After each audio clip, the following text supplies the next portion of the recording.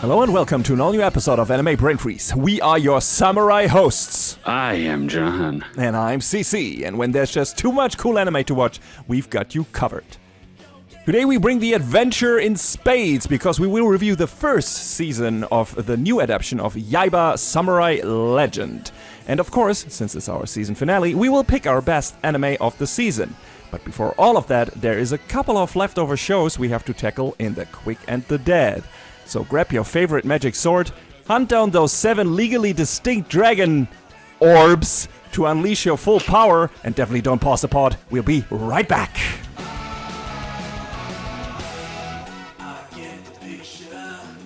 Alright, yeah, we have a bit for the Quick and the Dead. I have 2 shows. John has 1, if I'm not mistaken. So I'm gonna start us off. I watched the second season of Kaiju No. 8. Which, you know, or the second core, who knows at this point.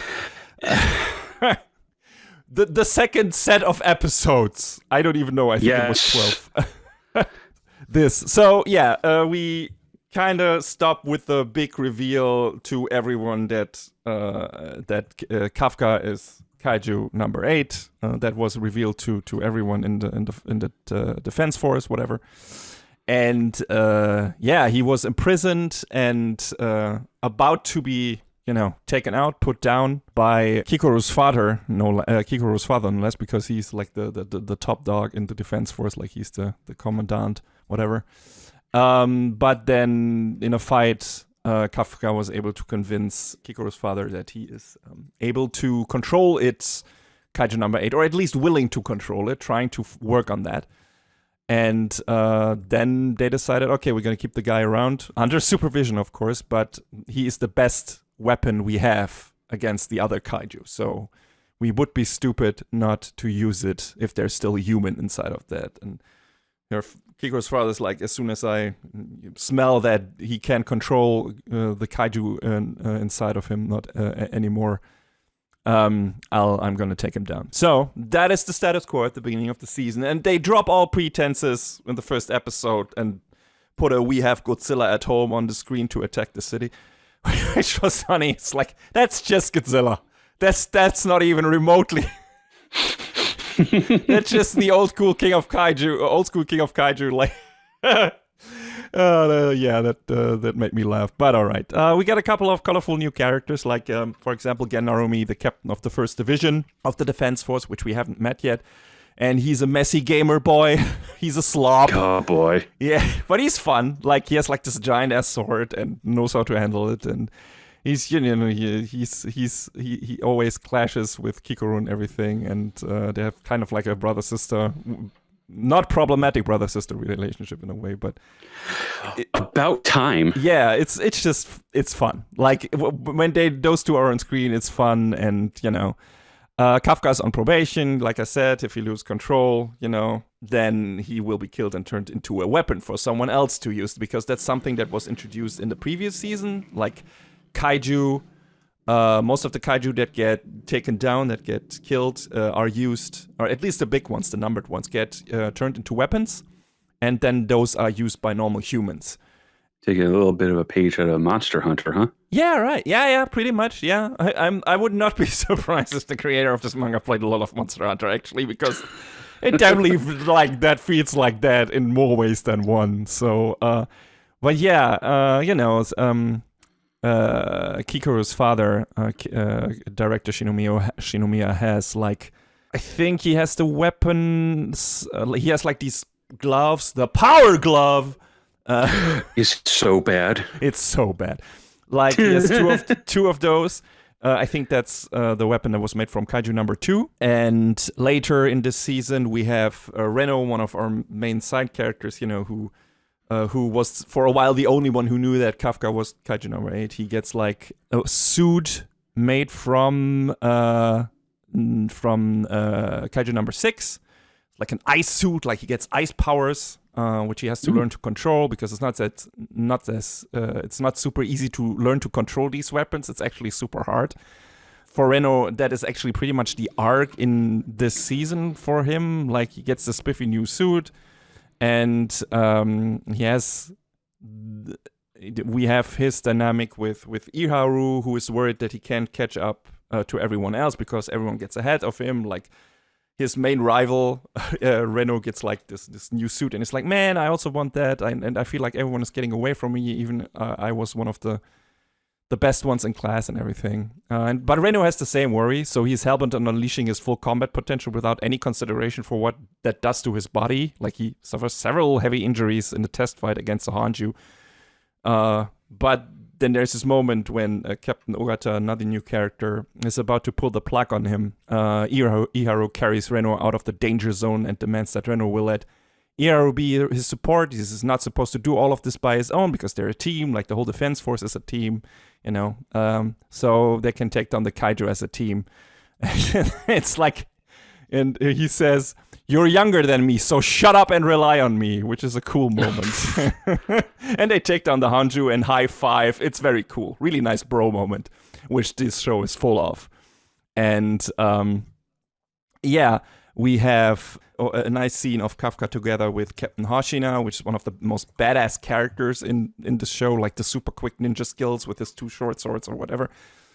And he was the one hot on the heels of Kaiju number 8, but also was really trusting Kafka. So Kafka, of course, has a guilty conscience because he kept that secret from him and everything. But then they have this nice scene together where Hoshina forgives him for keeping his identity as Kaiju number 8 to himself and thanks him for saving the 3rd Division, even knowing that transforming in front of everyone might have gotten him killed. He did that to protect them and stop like this giant meteor that Kaiju number, I think 10 it was, threw at the base. And they have a training session in front of the memorial of the oldest recorded Kaiju battle, which was apparently in the 1600s. And Kafka spots like the ghost of a samurai or something really interesting. The show hasn't followed up on that yet, so I wonder what that was about. This was like really, okay, what is going on here? But I assume that wasn't just, for fun and giggles in there. So we'll see where that goes. And Kafka is worried that everyone in Division 3 hates him now because he's a kaiju. But when he turns on his phone for the first time in 2 months, he gets a heartfelt call from Iharu and Reno and reads all the messages from his teammates wishing him well, and it's moving him to tears. It's just super good vibes. Like, that made me feel really happy for him because he's such a likable character. He's one of the most likable main characters I've seen in quite a while. Like, not only because he's our age group, John, but or even I think a bit below us. I think he's like mid 30s or whatever. But jeez, that's practically ancient. That's in ancient anime for terms. anime. Yeah.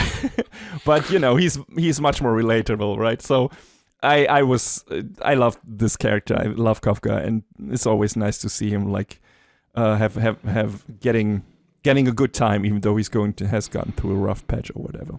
So yeah, but it's all not fun and games.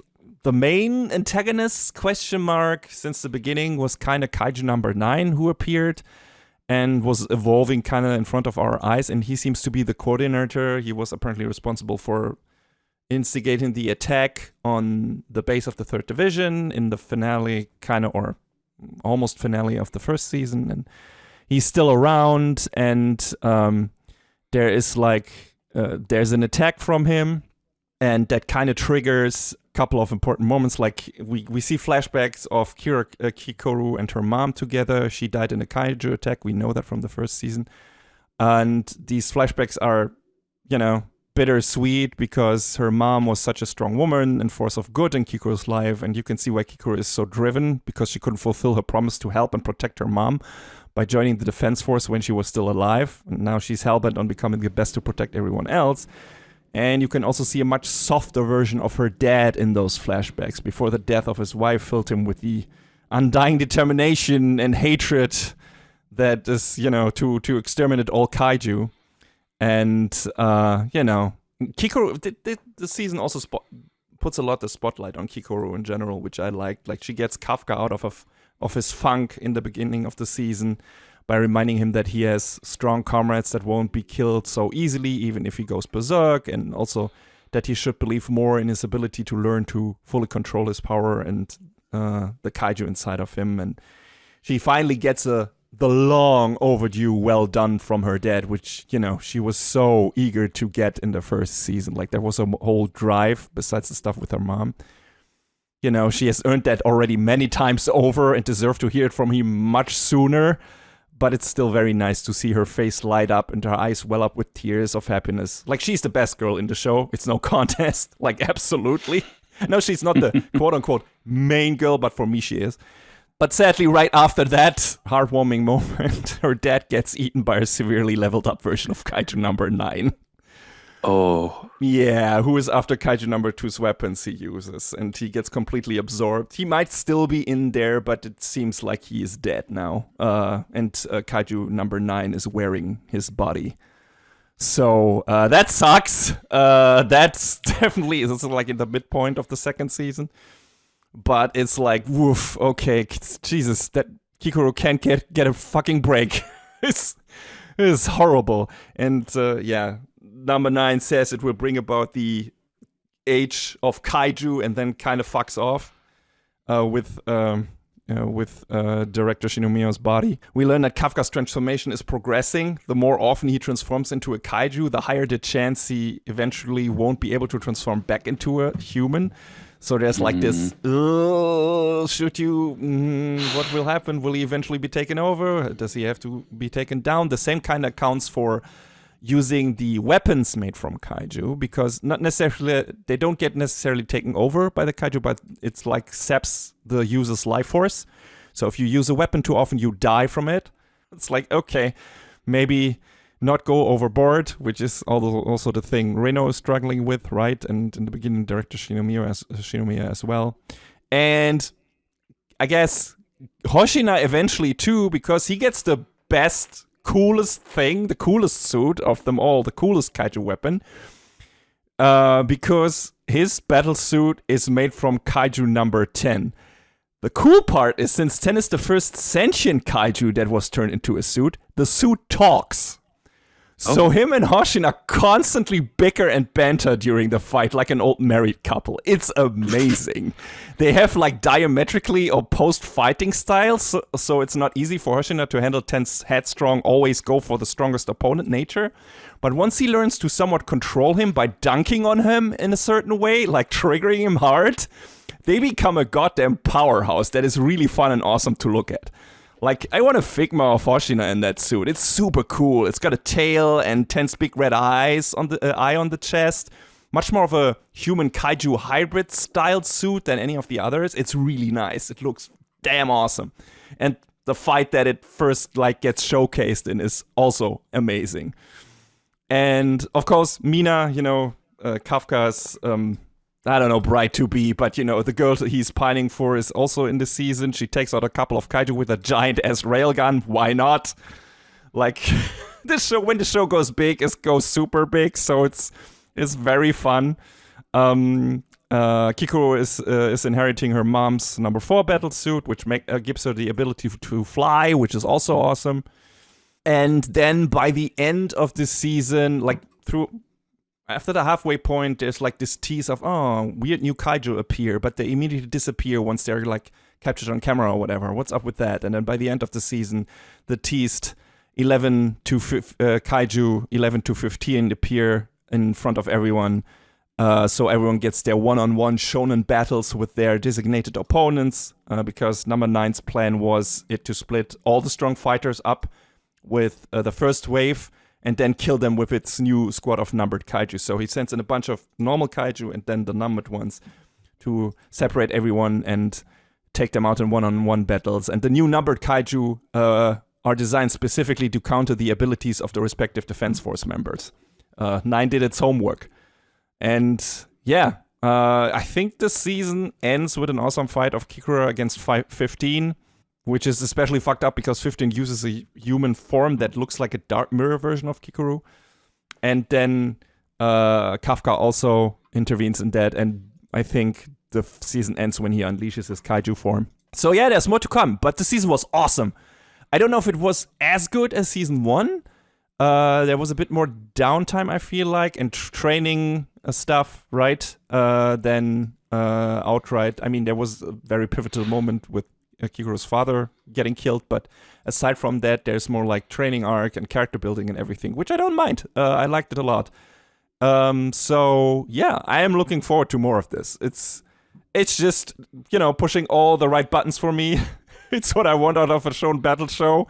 It's got awesome kaiju designs. It's got awesome weapon and suit designs in this one. Like you said, Monster Hunter vibes and everything.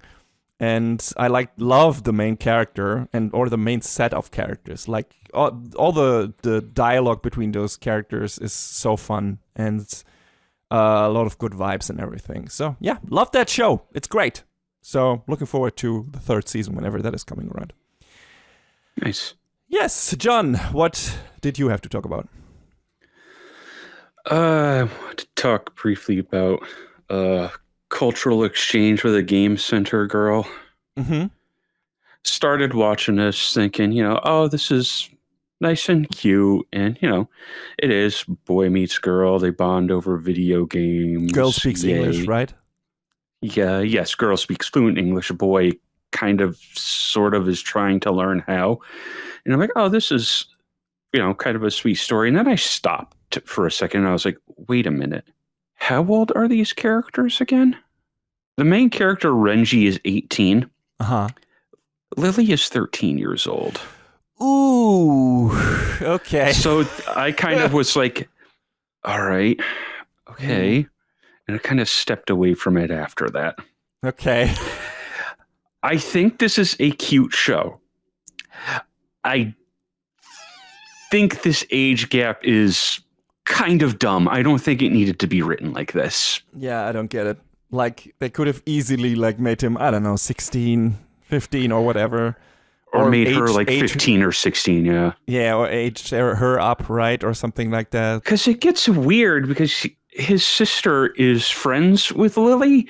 Mm-hmm. And he doesn't want her to know that, he's been seeing her at the arcade. And it's like, brother, if you have this problem, did you maybe think a little bit about this? And the answer is clearly no, you didn't. So, I mean, like I said, it's a very pretty show. It's really well animated. The characters all look great. It's got this bright pastel-y color scheme to it. It's got all of these really good things going for it. And then if you just sort of read between those lines just a little bit, it's sort of like, brother, I don't know. I mean, if it's just friends hanging out and playing games, that would be fine. But I assume they're still going the romantic route, right?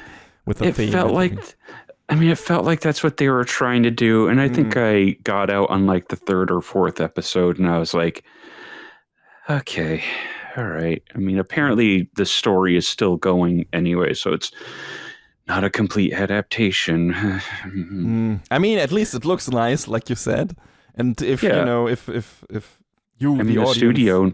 the studio Nomad, they're doing good work on it. So I can't get down on them because of that. It's just it's hard to get around the actual subject matter. Yeah, that's true. That's a problem. That's a weird decision. I don't know. Maybe if they keep this going long enough for her to turn 18 or whatever, but still would leave a weird aftertaste in your mouth. It's like, Like he would just be getting out of college, assuming he's going to a 4-year school. Yeah. And she would just be starting, and I'd just be that sitting here like... That is not necessarily a problem. I feel like the problem would be more like in the back of the head, your head, you would be like, dude, have you been grooming this girl for 5 years, or what is going on? It's like, And I mean, he suffers from the Kazuya Kinoshita problem of being dumb. Oh, no. Maybe not to that degree, but, that's tough. Of not having any foresight, I mean. Okay, yeah, sure. Well. And, brother, please, what did you think was going to happen? Why do you... Yeah. Bummer. Sounded promising when you talked about it in the sneak peek. I hate when there are these shows that are like, oh, this seems neat and I want to like this, but then... There's one thing.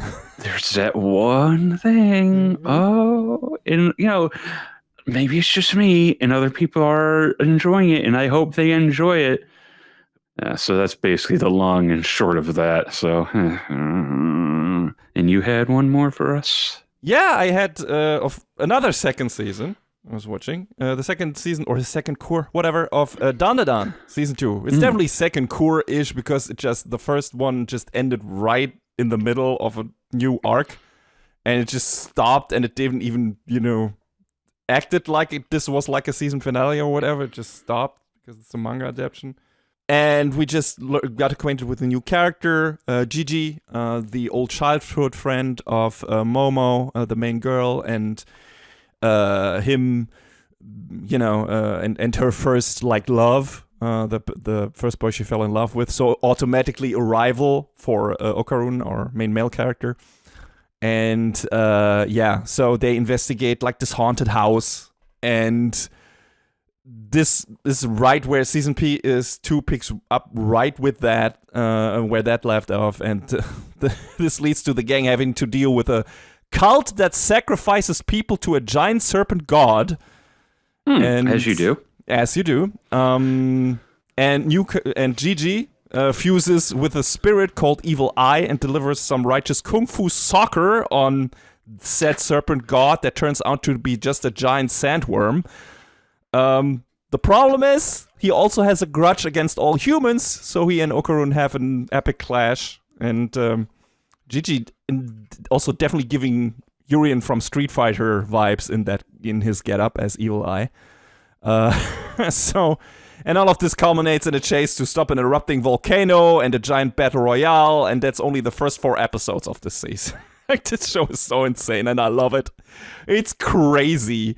Especially the battles, of course, but also everything else around it, and all the setup and whatever, and all the crazy creatures and people that they meet, and the people worshipping the serpent god are these elder people, these retired folks, super old people who can deliver the maddest kung fu shit ever. It looks so ridiculous, but it's very funny.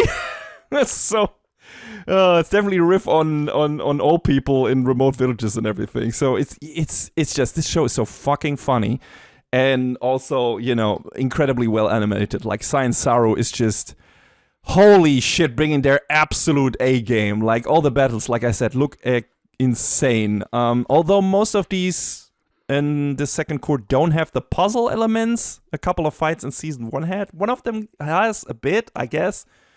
But I feel like that almost everyone in the first season had that. But they look fantastic regardless. So after that, they have to deal with one of the several fallouts from this arc. The first one being that Gigi is still possessed and transforms into Evil Eye every time he comes in contact with cold water or cold substance, cold fluid, whatever. And this can be undone by dousing him with hot water. Fucking turbotine over here. But that's easier said than done. And it leads to the whole game shaking up at Seiko's house to keep an eye on him. And the solution to all this apparently is an exorcism.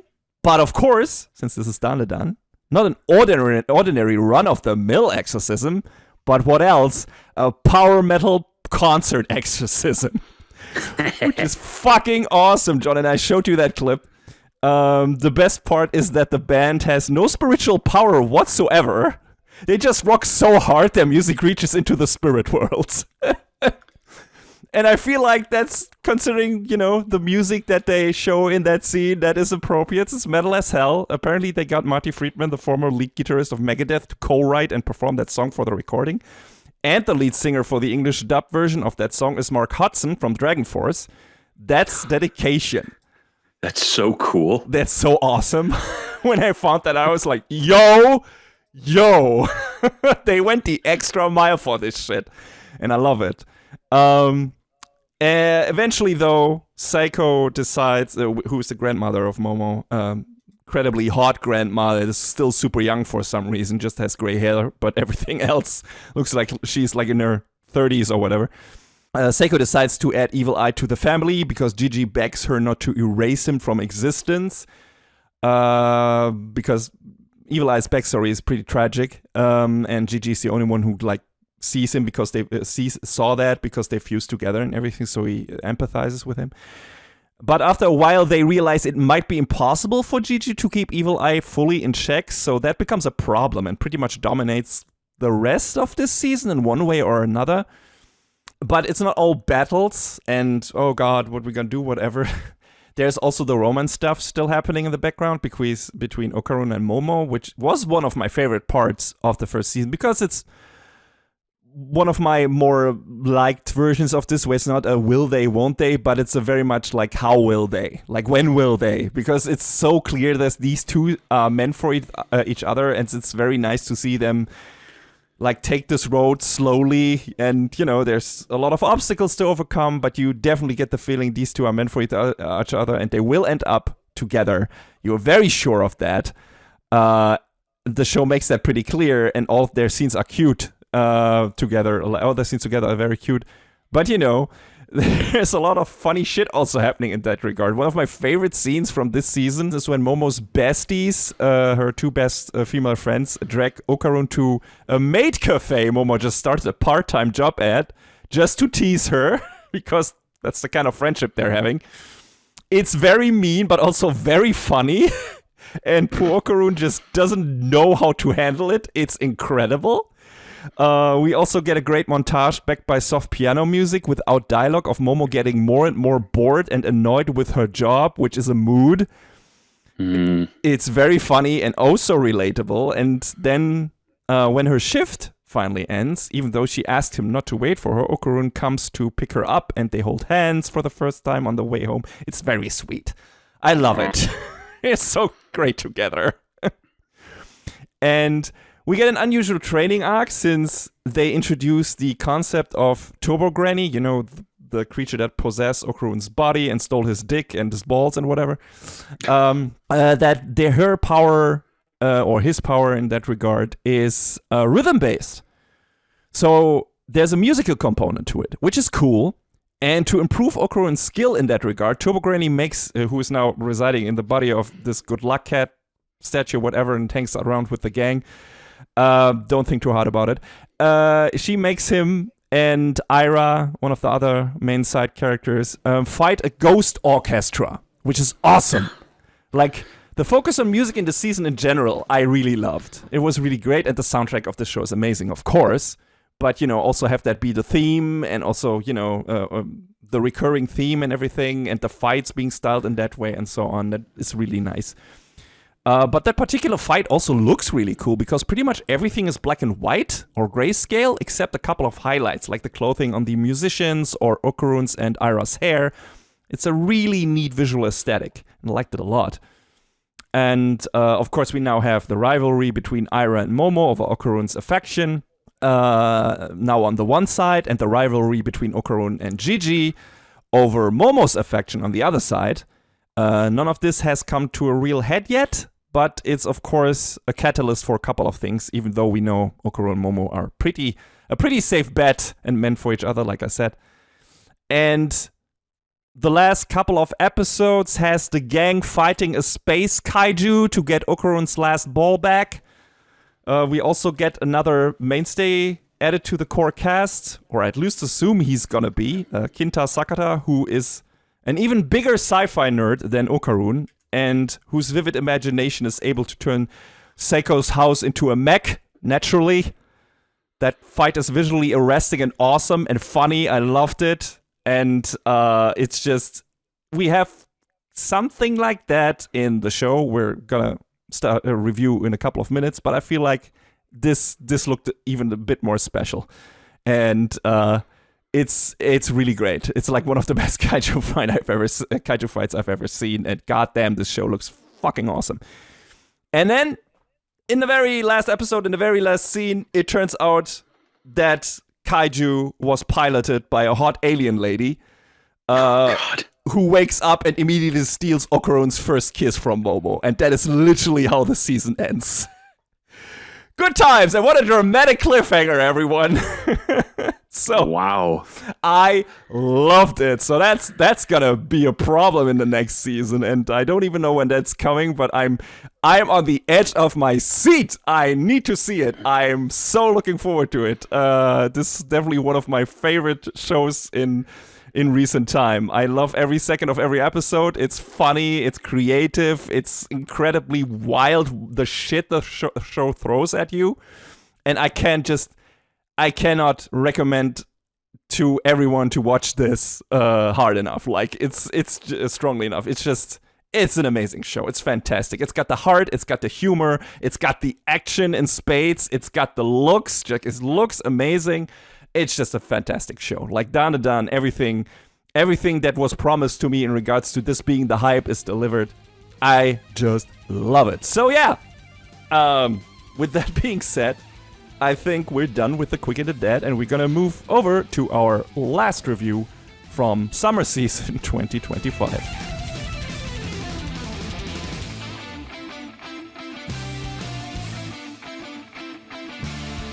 Yeah, so our review this time is a little bit of a throwback show.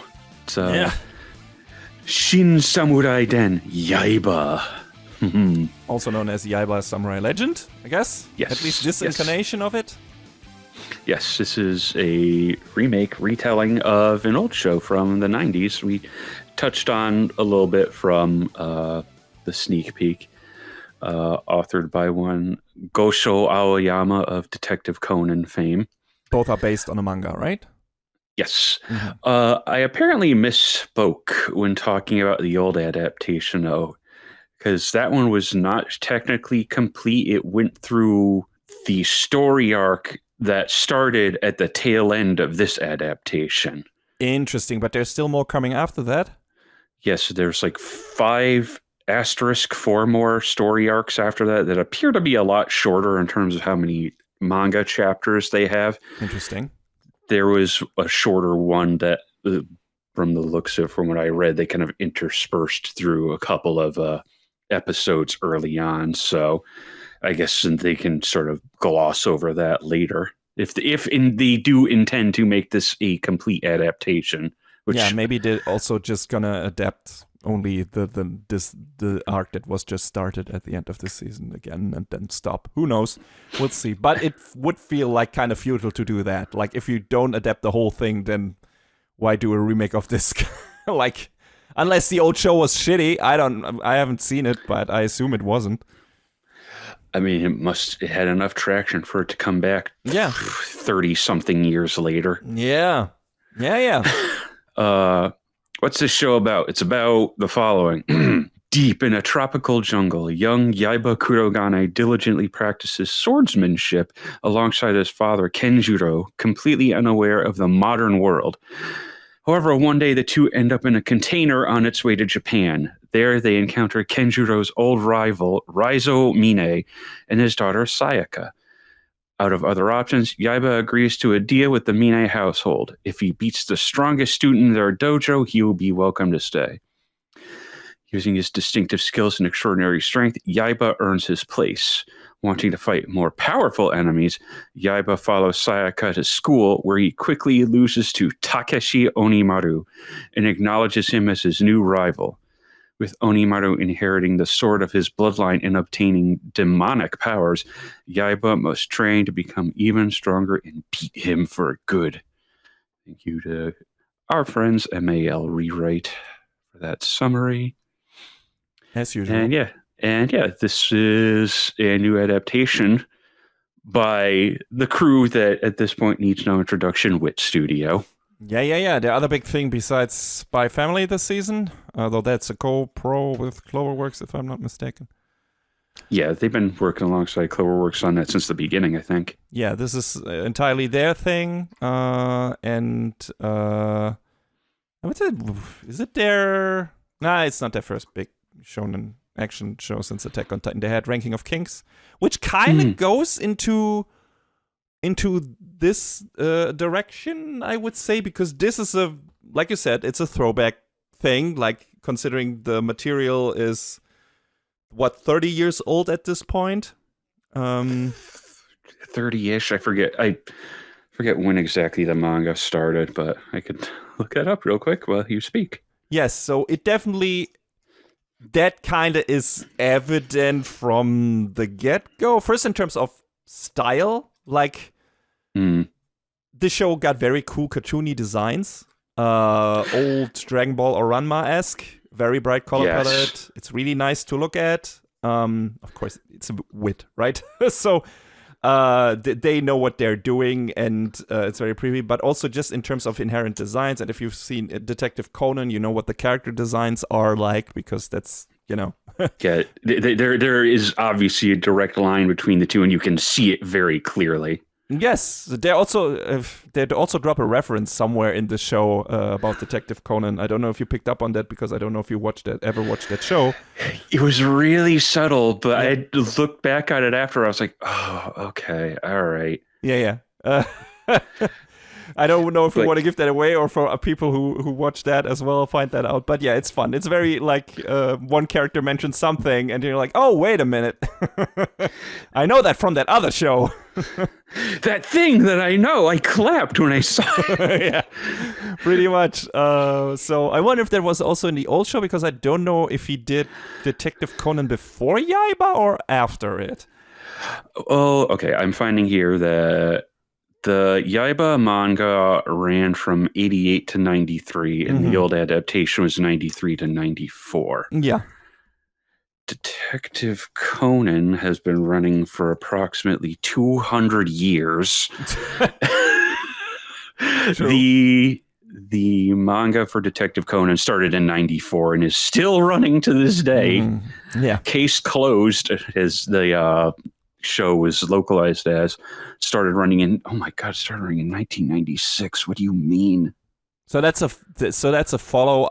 So that's his follow up. So I assume either the reference wasn't in the old show, or they had, he already had done a beta version of Conan or a one shot or whatever, or maybe of one of the characters that appears there or whatever. So but it was interesting, right? Immediately that jumped out at me and was like, there we go. All right. But aside from that, this show is very much like an old school show in terms of humor. Like lots of loud reactions, lots of funny faces on humans and animals alike. Definitely has that Saturday morning cartoon vibe down. I would have killed for something like that, like, as a kid sitting in front of the TV on a Saturday morning with a bowl of cereal, and then just watch this unfold on my screen. Holy shit. Right? I would have kicked my ass. I would have just been addicted.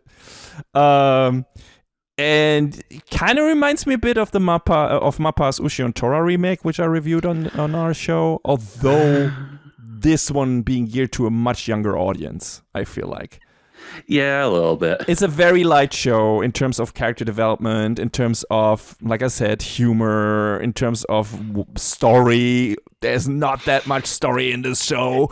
It's very straightforward, and I think that's fine. That's totally fine. Like, you just need to know what you're getting into. This is like I said, it's in more ways than one, and I alluded to that in the intro. It's in more ways than one very early Dragon Ball, like heavily inspired by this in so many ways. You have to find the 7 dragon orbs. The what now? What'd you call them? Yeah, exactly. Also, just like that show, a couple of somewhat edgy jokes, I guess, because Yaiba walks in on Sayaka undressing or in the bath, for example, but it never gets explicit or downright gropey, like in Seven Deadly Sins, for example. Yeah, I feel like that's probably something they toned down from the original. Yeah, I would bet. Which good. I wonder, did they do that for the Ranma remake in regards to, for example, Happosai or something like that? Did they tone him down? Happosai has one big episode that he's in, and then he sort of appears maybe once or twice after that. And it's like, it's very nice that you're not constantly around because you're very annoying and kind of gross. Yeah, but for example, there's like this character called this character you've never heard of, Musashi Miyamoto, the legendary swordsman Musashi, who is like this old guy and this like 400 years old, literally, and he's. I expected him to be much more of a Muten Roshi type, right? Like being constantly trying to look under young girls' skirts or whatever. But he isn't really doing that. There's like one episode where he's trying to sneak a peek or like two in a bath or whatever. But that's about it. Aside from that, aside from being partially a goofball, an old guy, he's mostly matter of fact and staying away from that stuff.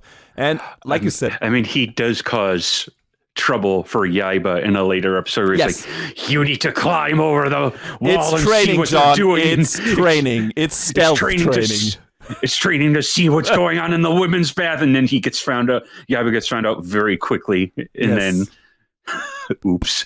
But, that's probably, like you said, something they towed down from the original material. Which the same with Yaiba himself. Like I said, there's some scenes where he walks in on Sayaka undressing or whatever, but it's never like he never gets like, oh, I want to fondle this girl or whatever. Or so it's more like Goku-ish, where it's like he just doesn't understand what the big problem is because he doesn't understand girls, because he's never met a girl, because his deadbeat dad let him grow up in a fucking jungle fighting all the time.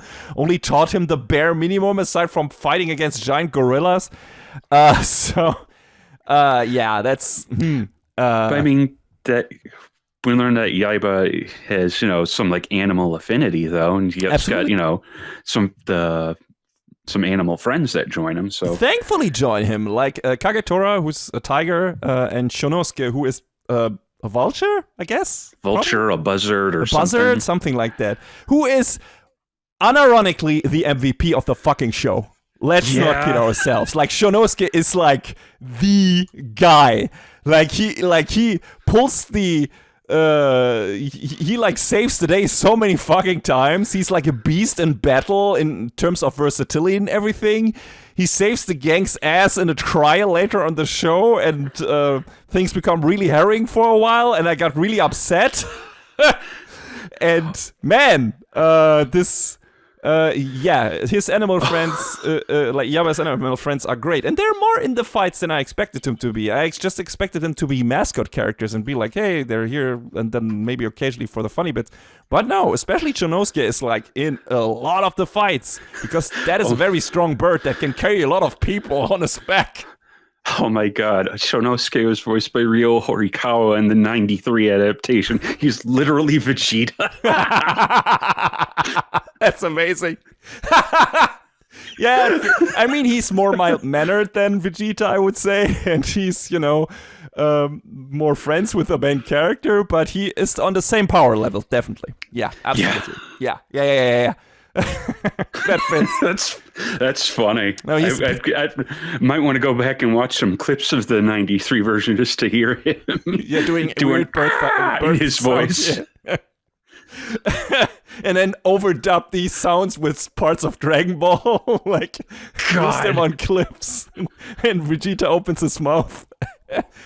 Yeah, you have your project, John. Bring that to the people of YouTube. Like, find out for that, Shonosuke. Yeah. Also do it vice versa, right? That would be amazing as well. But yeah, he's definitely one of the best characters in this show. But we got a lot of fun characters in this show. Like, aside from Son Goku / Yaiba, we have Sayaka, main girl, side character, running around doing all the adventures with him. I like that she wasn't purely a damsel in distress. Like, she helps out a lot. I wonder how much of that is also an upgrade from the original version. Because, she helps taking down some of the enemies, also with help from other people, but still she's there. She carries an orb around for a while and everything, and she just, is there, and is a motivation also for the main character and everything. I just, I wish for her to be more part of the actual fights in regard to fighting herself, like having actual sword fights, because she's also Kendo's student.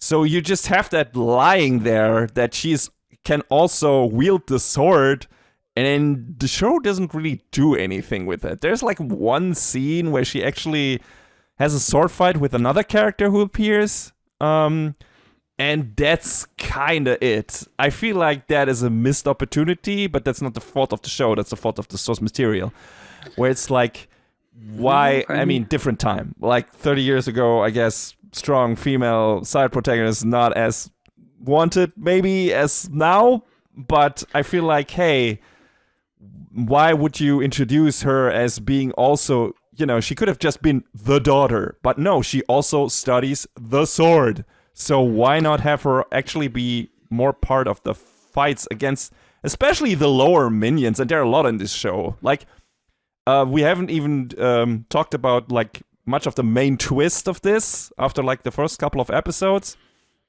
where Onimaru, the main rival of Yaiba, chosen main rival by Yaiba, which is like, you're my rival now. What? Huh? Yes, I mean Onimaru like clearly outmatches Yaiba in the beginning because Yaiba has a very not a thinking man's fighting style, I guess. He's very brash and everything. He can sense very reactive. Yeah, very reactive. He can sense auras and everything, which is cool, but he doesn't, put much. He's not planning ahead a lot. And okay, interesting. So in the old adaptation, Onimaru. So there were some voice actors pulling double duty on both versions of the show because Onimaru was voiced by Horikawa. And then voiced by Kenjiro Suda in one of the Detective Conan movies. Awesome. Huh. But yeah, so Onimaru, Yaiba goes to school, they go to the training dojo at school, and he fights Onimaru and then decides, oh, this is my rival, he's so strong, I want to beat the guy. And then, they have a couple of run-ins, and Yaiba gets better, and actually managed to beat them in their first serious fight. And I really like that Onimaru is plagued by nightmares of Yaiba annoying him. It's like, wow, okay. he's down. He definitely has now PTSD or something. But as the name foreshadows, Onimaru turns into an actual Oni when he takes possession of an old family sword he finds in his basement. And kind of becomes the super powerful guy who attacks the school, and Yaiba can't really beat him and everything. And then Onimaru kind of decides on a whim to take over Japan and then the world, I guess. Why not? Feels very Saturday morning cartoon evil guy, so that works. They have this one cool fight through the city and they end up on the back of like a box truck.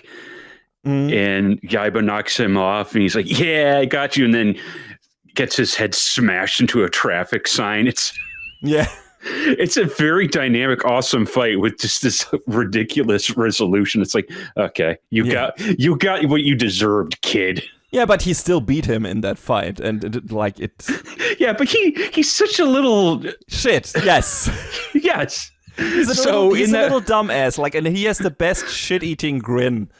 Like, so, it's like, yeah, the guy you wanted to win won, but then he got, his comeuppance effort for being the little weirdo that he is. So it's like, okay, that's still pretty funny. Yeah, absolutely. Like, the show is very funny. I mean, a lot of it is old school humor, right? Like we said, it's very loud reactions and everything, and there's some also more subtle jokes in there, I guess, especially maybe if you know Japanese history to a degree, because, well, first Onimaru summons a bunch of ogres, like the 8 ogres who turn out to be all a bunch of goofballs, who can't really do anything much aside from maybe 2 of them or 3, like kind of all animal themed to a degree, like all the enemies in the show are, not only, Yaiba's friends, but also pretty much all the enemies run into, and the 8 ogres are like, we have a snake, we have a frog/toad character, we have a sea cucumber, we have a starfish, mantis, I don't know what else, a bat who is... There's the spider. Spider is the main, is Onimaru's main guy, like he's the right-hand man. I find his name infinitely hilarious because the localized name is Mr. Spider, which, okay, fine. Where the original name is Kumo Otoko, which literally translates to Spider-Man, which, oops, we can't use that name, I guess. Yes, and for Mr. Bat, it's even funnier because in the subs, they actually say bad guy instead of Batman. Which is, God. It's really good. And yeah. And he, aside Spider, I guess Snake, although he gets taken out pretty quickly, and Bat, like they are the capable people of these 8.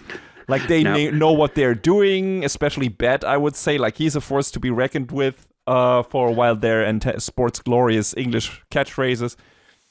Also, don't forget to say the full name of Mr. Snake. It's Julius Zoopopotamus the third. The third. Very important. Yes. It's really funny. Like I liked all these bad guys. The problem is like most of them of that first wave, they're just goofballs. They're just jobbers. Jobbers in every sense of the word. Like they don't know what the fuck they're doing. And some of them join with the main gang, right? Like Frog joins, Sea Cucumber joins, and they have important parts to play in later battles, partially, which is fun. Starfish. Garazaimon and the Sea Cucumber are both great characters. So. Yes, especially and you know, Sea Cucumber is very cute, and we run into Starfish later on, and his family, which is very funny. That's right. Yeah, I forgot about that. That was funny too. Yes, it's really nice, like having recurring characters. So yeah, we have. This is pretty much the setup for the whole show. Like once Onimaru turns into an actual Oni, it's like the first half of the show is, hey, we gotta first. Onimaru has like this magic sword, right? And he has the orb of the, I don't know, the wind god Fujinken, whatever is the name of the sword, I think. Mm-hmm. And it has wind powers. And then Yaiba gets himself the lightning version of that, the thunder version of that, called Raijinken. And he gets that from this old guy, and that turns out to be Miyamoto Musashi. And then once he takes out all the ogres and develops also a new technique, it's about storming Onimaru's castle and beating him and everything. And that doesn't necessarily go the way he planned. And then the second half of the show is, okay, Onimaru is now flying around in the sky, so how do I get to him? I need something to be able to fly, because Shonosuke, as awesome as he is, can't carry all of us, so whatever, I need power that can make me fly, so I'm gonna get these mysterious 7 dragon orbs, or one of them is apparently the orb of the dragon god, and so that can apparently make me fly, so I'm gonna get that. So we go have this cross-country adventure where we visit a bunch of different locations, and in every location there's like this one fight with someone, usually a person, one of the new set of bad guys Onimaru summons, because after he's done with the 8 ogres, he summons warriors from the past, or the souls of warriors from the past, and has them reincarnate in animal bodies. So we get like these cool, you know, first we get them in human form, and then at a certain stage in the battle they transform into their animal form. So it's all bloody roar up in here. And yeah, pretty much. Yeah, zoantropes. And all of these, and that's where I come back to the initial stuff with the humor. All of these characters are characters from Japanese history, actually, like or from Japanese stories or whatever, and myth and legend and whatever. You have Goemon Ishikawa in there, you know, the famous thief, and you have a bunch of other characters in there. Wait, who else is there? Jubei. Got Jubei, Yagyu, Kojiro, Sasaki, Tokisada, Amakusa. It's just a whole motley crew. Right, and all of them have distinctive animal personality at a certain point that I guess kind of matches the personality or the ostensible personality of the character from Legends or whatever.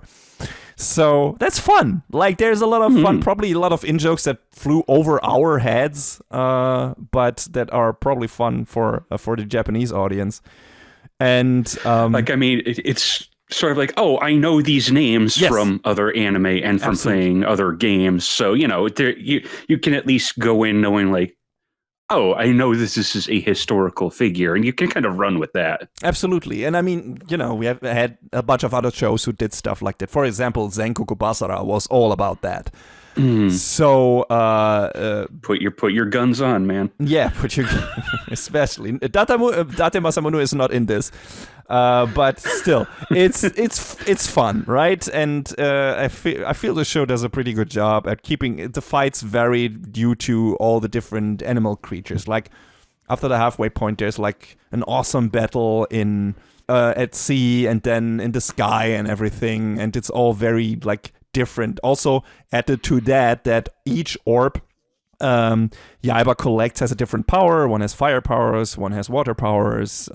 One makes him big, and one gives him the ability to transform. He uses all of the power that the orb he received in the previous episode to fight in the battle of the next episode, and so on. And that's fun. There are a bunch of those, so that also keeps the fights varied and the visuals varied, right? Because it looks all a bit different.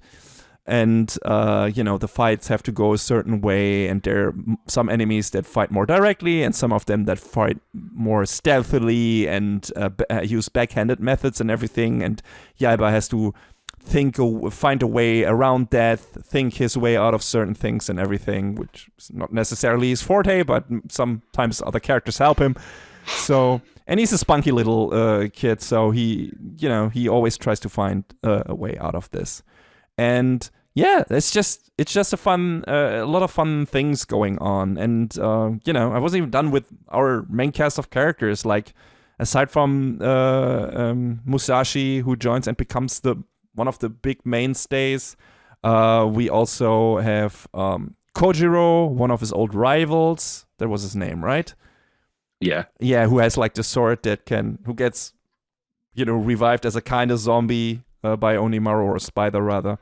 And then he has the sword that can extend, which leads to some fun battles, and also it leads to Yaiba traveling back to the past and see the past of Musashi and Kojiro and their rivalry, which was also fun. So the show has a lot of fun ideas, even though a lot of it is I've already seen this technically somewhere else. It's very familiar in terms of what it's doing and where it's going with it. Kojiro in particular is funny to me because he comes back as this zombie, and he's got these reddish pink eyes for most of the show until closer to the end. You just put some eye drops in and they're back to white, and it's that. What do you mean? That's all it took? Modern medicine, of course. Huh? But that one really caught me off guard. I was because that's just his look, and that's how we know what he is. Okay, it was that simple. All right, sure. Yeah. It's another great joke in this show. I feel like the show you can't underestimate, because I feel like a lot of it, like I said, is geared towards younger kids, but there are really some really just funny general audience jokes that just work. You have when they get trapped in this onsen hot springs thing by starfish and mantis and sea cucumber, and there is frog Gerozaimon talks about, oh yeah, we had this cast these capable characters, and they were pretty strong guys, and there's this guy called Mantis, and he's the best actor, and he has he can transform himself, and he can pose as other people, and you Mantis, and he's just a blanket over his over his head, and acts like the grandma from Red Riding Hood, which they directly reference that. Actually, Sayaka comments on that. It's really funny. It's just you expect oh, what is he gonna do? Is he gonna change his face like Snake did in the previous episode? No, he's just he's just trying to act as a grandma, even though he clearly is a giant mantis. Get a lot of good jokes in this show. Cannot complain. Of course, not every joke lands, and some of it is very childish and very dumb, but there are some really good zingers in there, and I enjoy it. Talking about funny names with Snake, I also loved Chameleon Bonaparte. A little chameleon literally wearing this outfit, typical Napoleon Bonaparte outfit with the hat and everything. It's really good. It's just stupid. It's so silly. Very stupid and silly, but also very funny. If you can dig that kind of silly humor, you're in for a treat. The show is stock full of that. They hit me with that, and I was okay, this fits. This is all right. Yeah, absolutely. I feel like the main attraction, I guess, of the show is the action, though, because this is straightforward, one of the most classic shonen action shows you would see nowadays. Like, it's just straightforward. Every episode, pretty much every episode, has either a training montage or a training episode, or has a fight between Yaiba and one of the main bad guys. And Yaiba is doing pretty much all the big fights. Like, he finishes all the enemies. You have other characters joining in on the fights. Like, you have Musashi doing some of the stuff. You have Kojiro helping out, Jubei later. You have Nadeshiko, the kind of fiance of Yaiba, but that was a misunderstanding. Again, very Dragon Ball coded in terms of Goku and Chichi and how they ended, how that betrothal happened. Yeah. Though Yaiba is not, the mistake also is on her part, and it's a bit more easy. It's easier for Yaiba to wiggle himself out of that, because he she didn't ask, like, she just assumed that he understood what she meant, and he didn't, because of the word soba, but you kind of feel bad for her, that he's kind of like still giving her hope in a way, because he's gonna end up with Sayaka at the end of this probably. Yeah. I mean, I still like Nadeshiko because she can fight and she's cool. She's absolutely cool. Again, same with Sayaka, even though to a lesser degree, because she actually takes part in the fights and she's a strong fighter. But I feel like she had more of a, for a lot of the side characters who can actually battle, I wish they would actually be the ones who take out some of the bad guys. But ultimately, Yaiba is the only one who does that. Like, I mean, maybe we'll see some of that in the next season. Maybe, yeah. We probably just need a bit more bad guys for that. Oh, we had plenty of bad guys in this, so Yaiba had to prove that he is the one who gets all the orbs. But you're right. Maybe we get some lesser, because in stuff like, I don't know, One Piece, Bleach, Naruto, you have your side characters, and they have their own fights that they finish, right? And the characters that they beat. And you don't really have that here. Like, Yaiba is the one who is maybe pitted with the other characters against the bad guys, but the final blow and everything, usually, I think there might be one or two exceptions from this, but usually comes from Yaiba.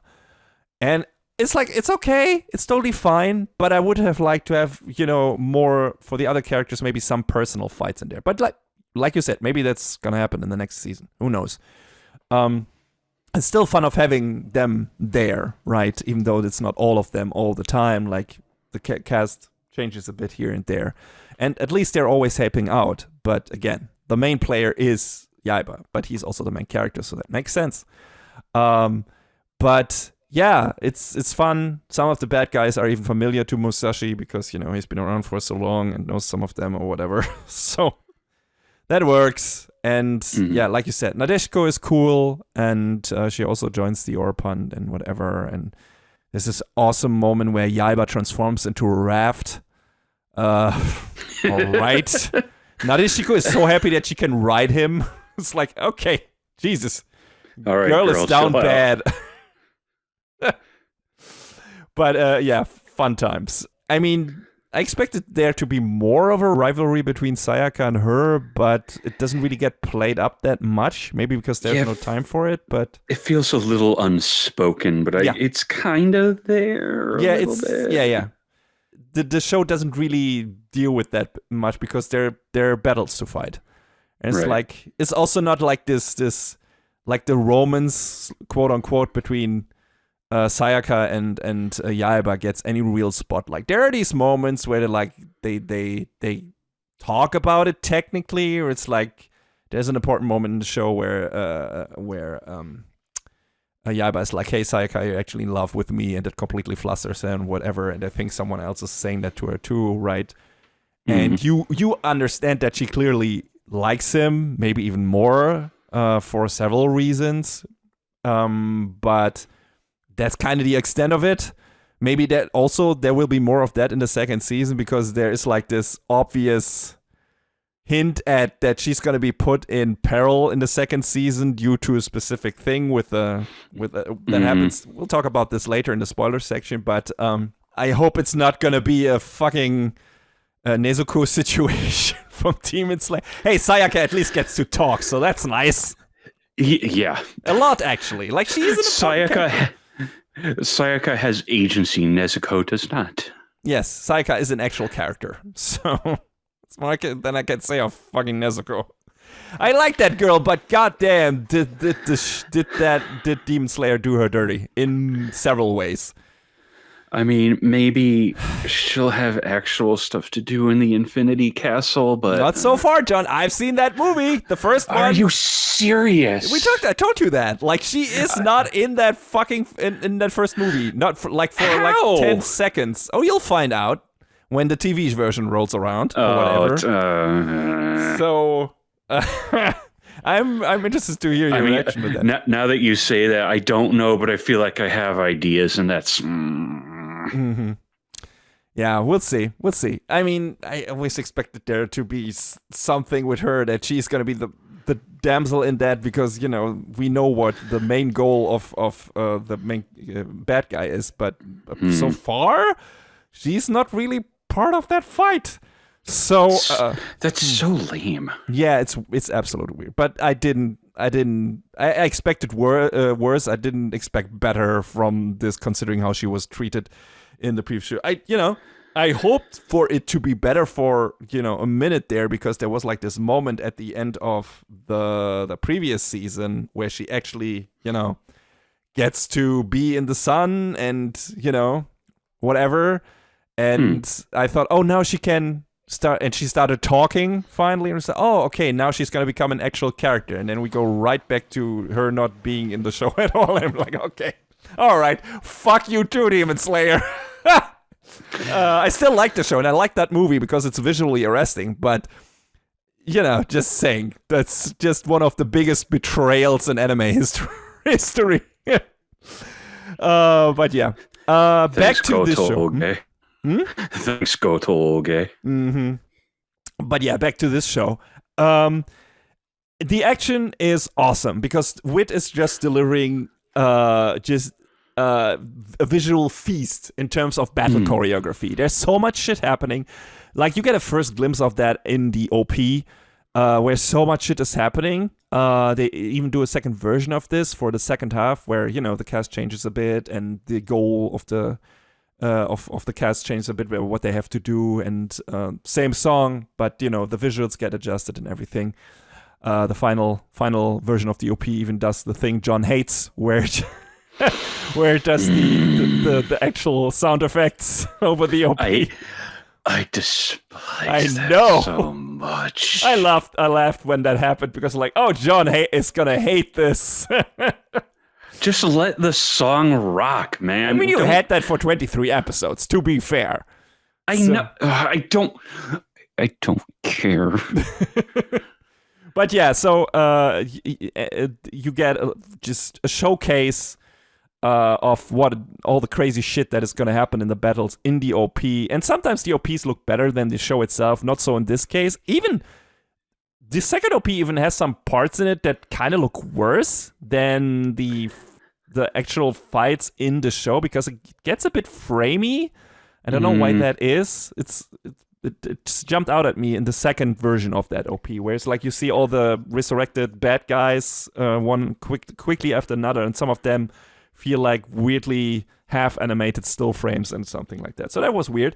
At least the effort is there in the rest of the absolutely. show. So it doesn't matter, right? So because all the fights in the show are fucking gorgeous, and you have like the super bright color palette and everything, and you have a lot of squash and stretch technique applied, where it's like the characters feel, the way they move feels very Western cartoonish, like Looney Tunes-ish in terms of all the crazy shit they do, and they get set on fire and they look like a burned toast or whatever and stuff like that. They have like these giant eyes. You have like these animal characters with big eyes and everything. And it looks all very kid-friendly, and something you necessarily don't see as much from shonen anime these days, just in terms of design and what the battles look like, because, these are very clean and grim and stuff like, if you compare shit like this to Attack on Titan, like it's like you can't believe that this is from the same studio, just in terms of visuals, at least in terms of visual style, like character designs. Of course, that's because of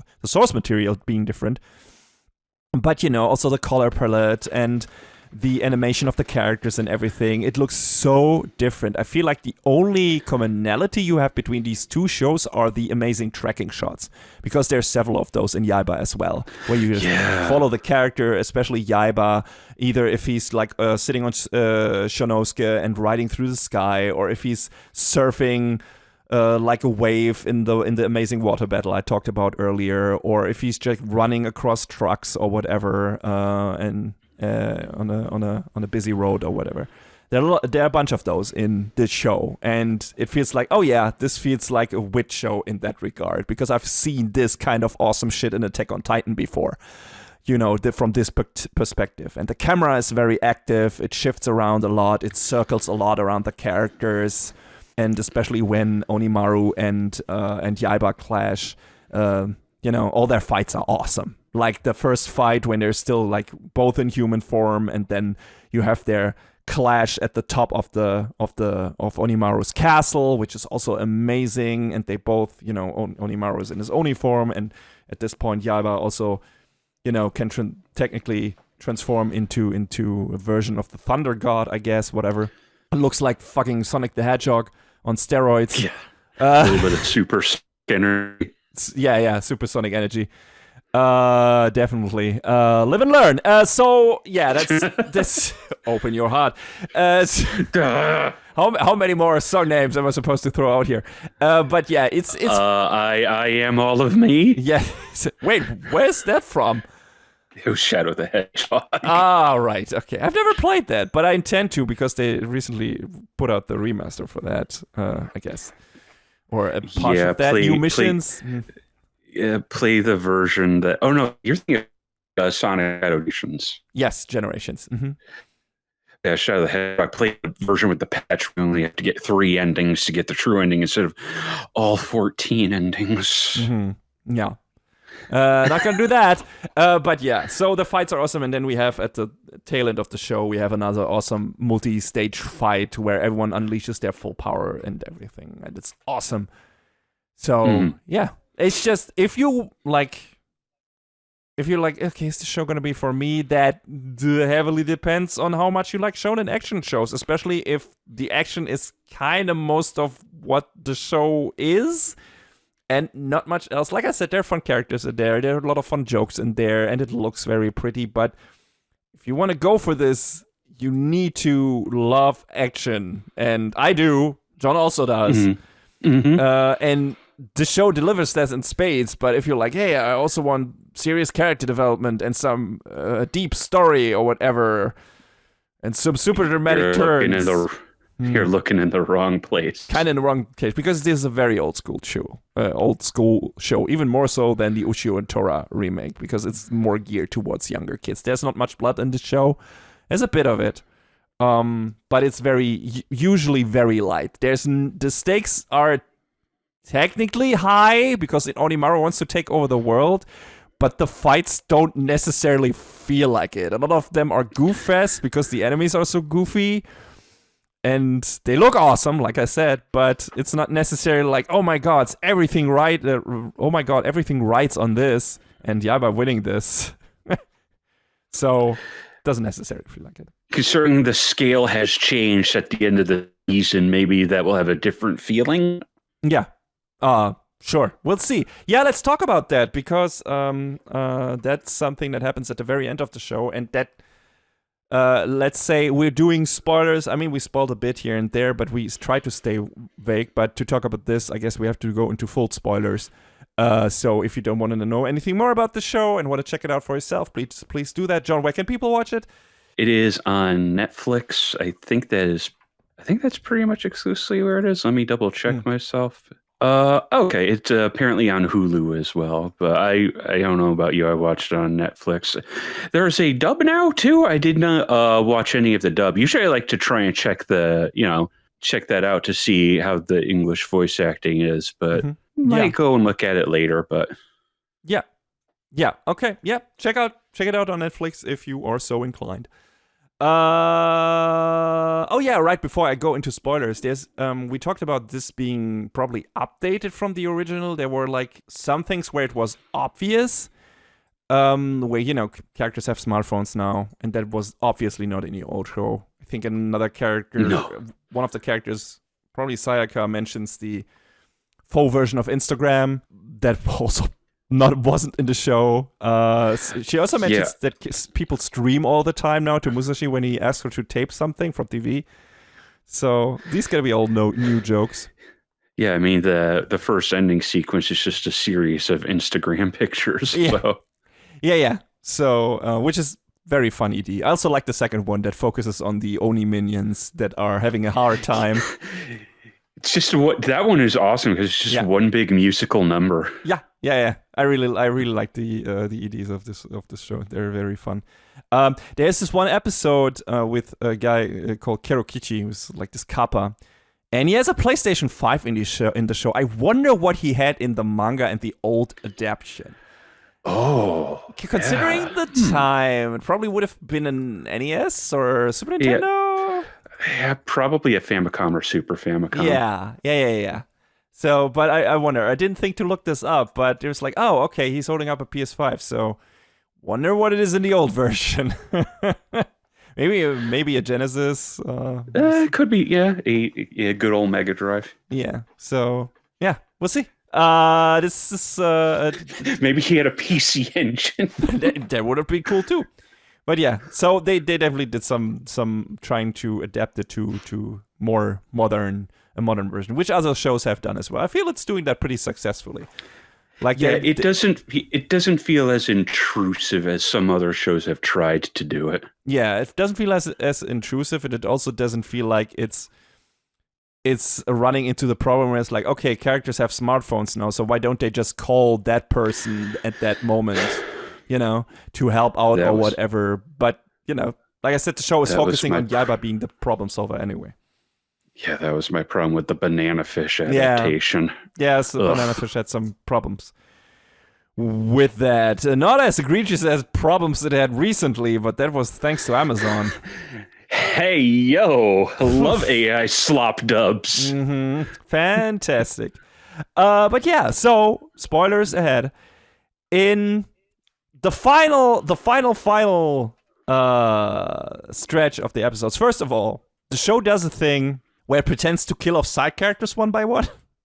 Yeah. If it had stuck to one of them, I would have bought it for longer because I was very distraught when they trapped my boy Shinosuke in that room with lava.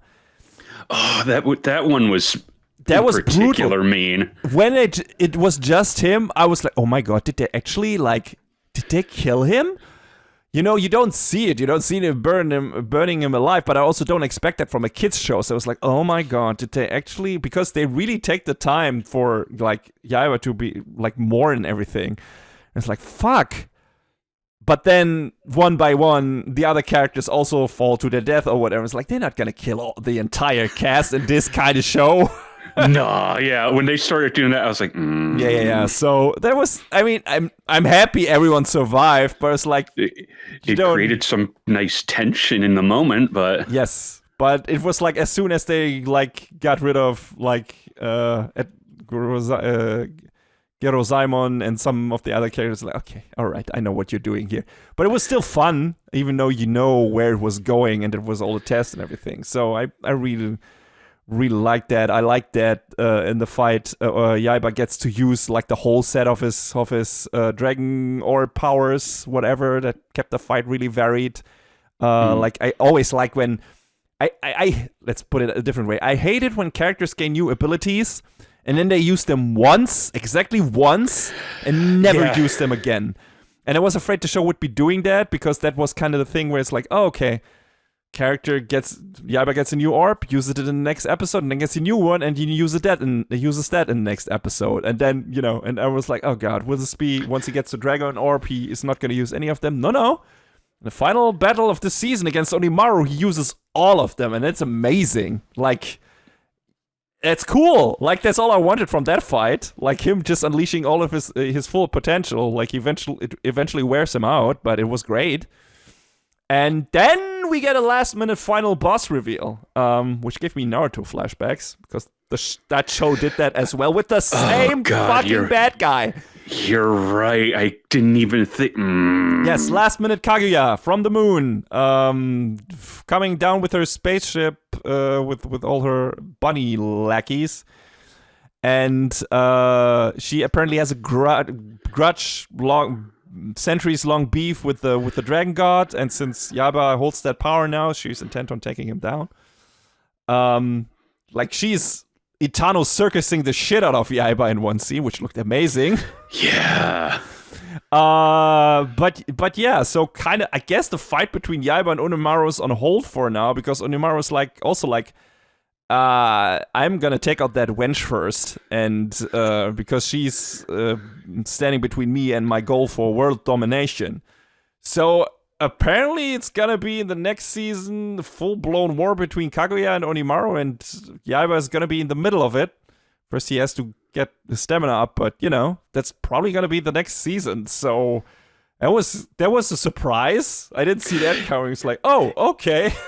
Yeah, they dropped that on us in like the second to the last episode. And I was like, unless they're going to do this in 2 episodes, there's got to be a second season. And then they out and announced it. I was like, okay, all right. So they can give it some time to breathe. Yeah, we get a to be continued screen at the ending of this. And there is already an entry for the second season on several sites. No date yet when that is going to hit, actually.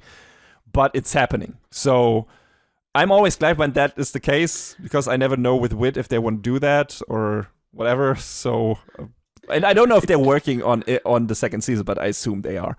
So we'll see how much that covers, because like John said in the beginning, after that arc, there's still more to come, and we don't know if they're going to cover all of this and adapt all of this. Yeah, because all the arcs that come after this are significantly short, because the first 3 arcs here that we covered are like the big bulk of it.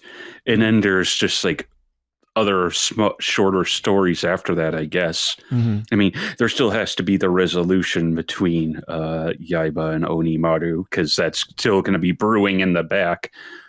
Yeah. But yeah, we'll see. So and maybe they'll also team up to beat Kaguya, because they have to at some point.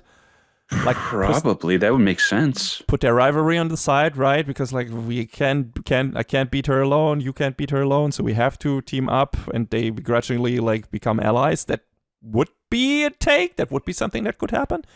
So we'll see. Interesting setup, like interesting last minute twist where it's like, oh no, we're gonna do this. Also, suddenly the show gets super dark. It's like there's like Kaguya. Is like you needs this soul the soul serum, which gives her eternal youth and also her powers, or I guess her powers come with her youth, and so she like abducts a bunch of Earth women, and not all of them are suited to her needs, but the one that is, she like sucks dry, like she literally sucks the life out of her, the youth out of that woman, and that scene is straight out of a horror movie. That was fucking terrifying. Didn't expect it is unsettling. Yes, I didn't expect something so dark from this show. It was awesome. It's like, whoa, holy shit, what's happening? If that is the tone we're going for with the next season, I'm really interested to see what's gonna happen with this. I mean, Dragon Ball got a bit darker and bloodier the longer it progressed, so that might happen to Yaiba as well. Interesting, very interesting. Because so far, every enemy that Yaiba also beat doesn't, like, they get pulverized technically, and the soul goes back to the afterlife, and the animal survives and whatever. So it's not like he's cutting them apart, really. Like, I wonder if it gets a bit more bloody in the second season. It doesn't have to, but I can see that happening, considering that scene at the end of this, like, that even freaks Spider out.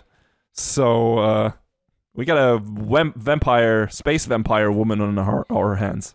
But yeah, fun show. I really liked it. I thought it was a breezy watch. It's, like I said, it's not deep. It doesn't have a really super engaging story, but if you want to have a good Saturday morning throwback cartoon action show, with a lot of varied fights, with a lot of cool enemy designs and everything, and some funny jokes and all of that, and it looks really good, is really well animated, then this is it. Check it out, because just fun time. We told you where to watch it. Go to Netflix if that is sounds like something you would enjoy. But also don't expect anything beyond what we just told you about it. Like, there is not that much to this show. It's just what you see is what you get. And that's pretty much it. But what you get is pretty fun. Sometimes you just need that every once in a while. Yeah. Just a nice, simple show to look at and enjoy and have a good laugh once in a while. And that is what Yaiba is. Yes, so that's it for our final review of this season. But there's still one little thing we have to do.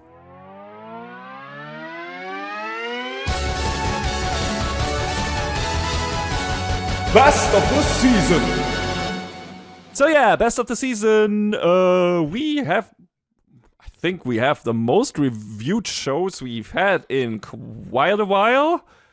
Like, I feel like there was a lot. Like, if you count the Quick and the Dead stuff on my end, definitely for me, it's like the most wide selection of shows I could pick from in terms of best of the season material. And if it's okay for you, John, because I'm already in flow, I'm just gonna go ahead and tell you what I picked, and then go for it. Yeah, so both Kaiju number 8 and Dandadan season 2 were loads of fun. I just talked about them in the Quick and the Dead, but both of them already got a best of the season award from me, so they're out.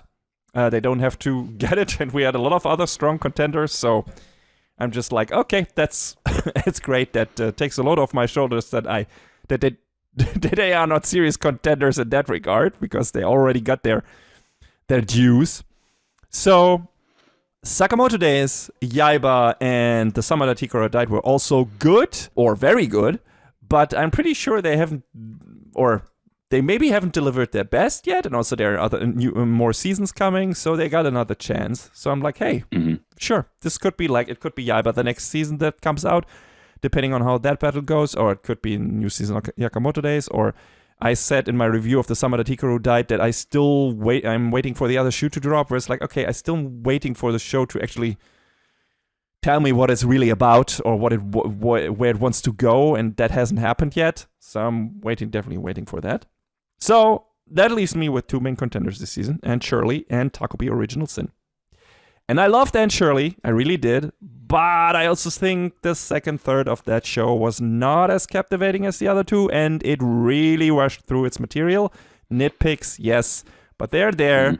Still recommend to everyone to watch that show who want a bit of a different thing from anime and more, adaptation of classic literature and everything, which we don't get that much in this medium, and also want a nice throwback that goes into another direction than Yaiba is doing, because, Anne Shirley is also a new adaptation of much older material.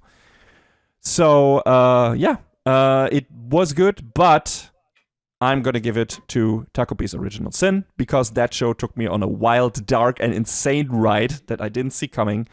Very emotional, very heart-wrenching. It had some interesting and important things to say. It looked good, and it grabbed me by the heartstrings and didn't let go. Very much deserving of a Best of the Season award, and I recommend all of you to watch it if you can stomach its plenty serious and dark moments, which the show kind of is entirely that. But it's also got a lot of heartwarming moments too. And is smart, and like I said, has a lot of interesting and important things to say. So, yes, Takopi Original Sin, my best of the season for summer season 2025. John, what is your pick? Well, we just talked about Yaiba, and it was great, but if we know it's coming back. So, like you said, there could be something even better than what we saw here. Same with Sakamoto Days. Season 3, part 3, season 2. We know it's coming back. We know that for sure. So it'll have its moment again. Hey, CC, how about Rent a Girlfriend?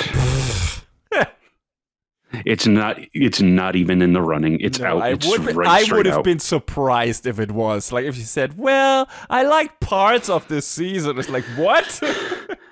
I mean, I like that Chizuru and Ruka showed themselves to not be stupid and easily manipulated by Mommy. That was probably the best part. Everything else was so... I don't think I covered that when I talked about it in the review. So I guess I'll talk about it real quick. There's a moment where Mommy says to Ruka, "What if I told you can have Kazuya right now?" And Ruka's like, "What? Shut up. I'm not an idiot." And I'm sitting there like, thank you. Thank you for not being I know you're crazy for this other character, but thank you for exercising some level of intelligence. Yes, the show is hot garbage otherwise. So I think I'll give it to City the Animation because there's, as it stands, it is a complete adaptation, but it sounded like Arai might be going back to the drawing board. So who knows? Maybe it might come back eventually. But as for now, it is complete for what it is. And it was so much fun. It was so colorful and so crazy and bombastic that I think it deserves it. And if it comes back, who knows? Maybe it could deserve it again. But, that would be a long ways down the road, I think. Long enough to let other shows come in and have their shot, too. So, yeah, I thought it was really great. And just some of KyoAni's best work. I mean, they always do great work. So for sure. I'm glad that they're back on their feet. Oh, yeah. Man. Yeah. But, yeah.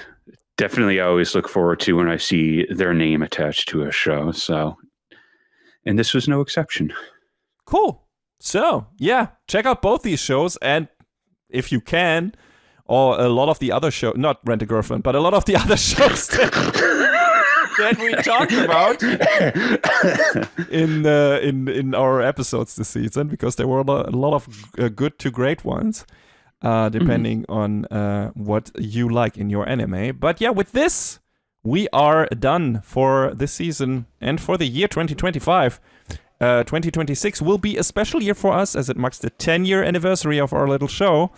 We started doing this little project on January 31st, 2016. What is time, John? But we had a lot of fun doing it, and we don't intend to stop, but we might make a couple more changes to the structure of the show. But before we get to any of that, we have a bunch of new anime premieres to discuss from winter season in the not-too-distant future. So we wish you all a good and safe ride into the new year and hope you will keep listening to our Merry Little podcast in 2026 and beyond. Talk to you soon. Goodbye, everyone. Happy holidays and take care, everybody.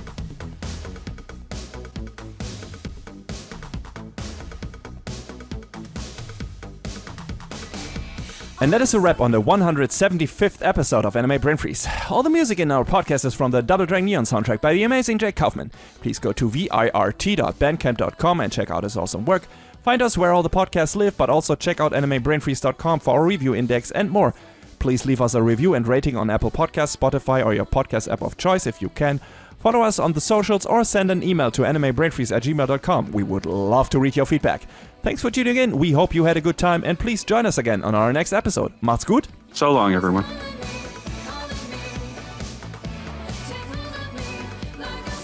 Next time on Anime Brain Freeze. The gloves are off. And don't bother putting them back on.